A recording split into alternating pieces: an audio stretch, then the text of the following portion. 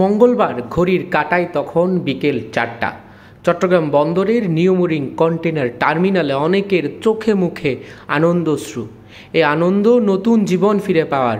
প্রায় নিশ্চিত মৃত্যু দেখা MV আবদুল্লার 23 নাবিক ফিরে এসেছেন দেশে। ফিরেছেন মা বাবার কোলে, স্ত্রীর আলিঙ্গনে, ভাইয়ের বুকে, কেউ বা সন্তানের চুম্বনে। শ্বাসরুদ্ধকর 64 দিনের যাত্রা শেষ করে অবশেষে চট্টগ্রামে পৌঁছেছেন আলোচিত জাহাজ MV আবদুল্লার 23 নাবিক, যারা ভারত মহাসাগরে সোমালিয়ান জলদস্যুদের কবলে পড়েছিলেন। নাবিকদের বরণে এদিন সাজ রব ছিল চট্টগ্রাম বন্দরে। উপস্থিত ছিলেন city mayor Rezaul Karim Chowdhury, video কলে যুক্ত হয়েছিলেন পররাষ্ট্রমন্ত্রী ডক্টর হাসান মাহমুদ, বন্দর চেয়ারম্যান সহ জাহাজের মালিক KSRM গ্রুপের উপব্যবস্থাপনা পরিচালক শাহরিয়ার জাহান রাহাত। আরও উপস্থিত ছিলেন নাবিকদের পরিবারের সদস্যরা। এ সময় মন্ত্রী নাবিকদের অক্ষত ফিরিয়ে আনার গল্প শোনান। এই জাহাজ মুক্ত করার ক্ষেত্রে বিদেশি বিভিন্ন সংস্থার পক্ষ থেকে বল প্রয়োগের পরামর্শ দেওয়া হয়েছিল। বিদেশি অনেক জাহাজ বল প্রয়োগ করার জন্য আশেপাশে অবস্থান নিয়েছিল, কিন্তু আমরা সরকারের পক্ষ থেকে আমরা সবসময় বল প্রয়োগের বিরুদ্ধে ছিলাম। KSRM কর্তৃপক্ষ বল প্রয়োগের বিরুদ্ধে ছিল এবং মাননীয় প্রধানমন্ত্রী সবসময় আমাদেরকে নির্দেশনা দিয়েছিলেন যে শান্তিপূর্ণভাবে এই সমস্যার সমাধান করার জন্য, এবং সেটি করার জন্য পররাষ্ট্র মন্ত্রণালয় যেমন কাজ করেছে, একই সাথে নৌপরিবহন মন্ত্রণালয়, নৌপরিবহন মন্ত্রী মহোদয় এ ব্যাপারে সবসময় সচেষ্ট ছিলেন।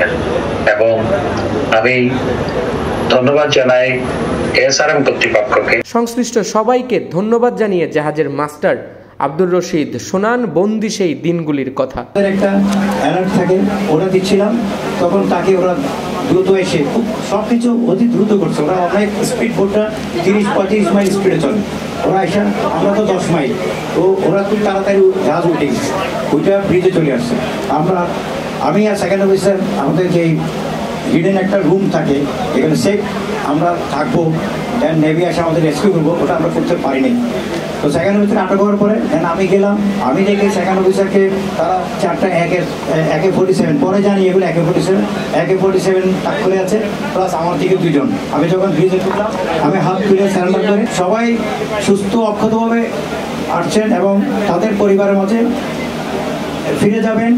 সে এক অনুভূতি যা ভাষায় প্রকাশ করা যায় না।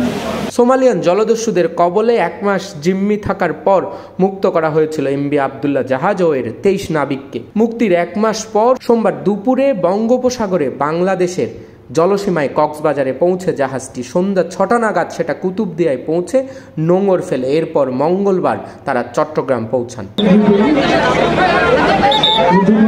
এর আগে MV আবদুল্লাহ জাহাজটি 12ই মার্চ বেলা 12টার দিকে ভারত মহাসাগরে সোমালিয়ান জলদস্যুদের কবলে পড়েছিল। ওই জাহাজের 23 নাবিককে জিম্মি করা হয়।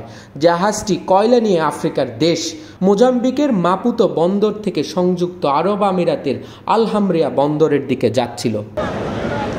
Parthapratim Nandi, news now 24, Chittagong.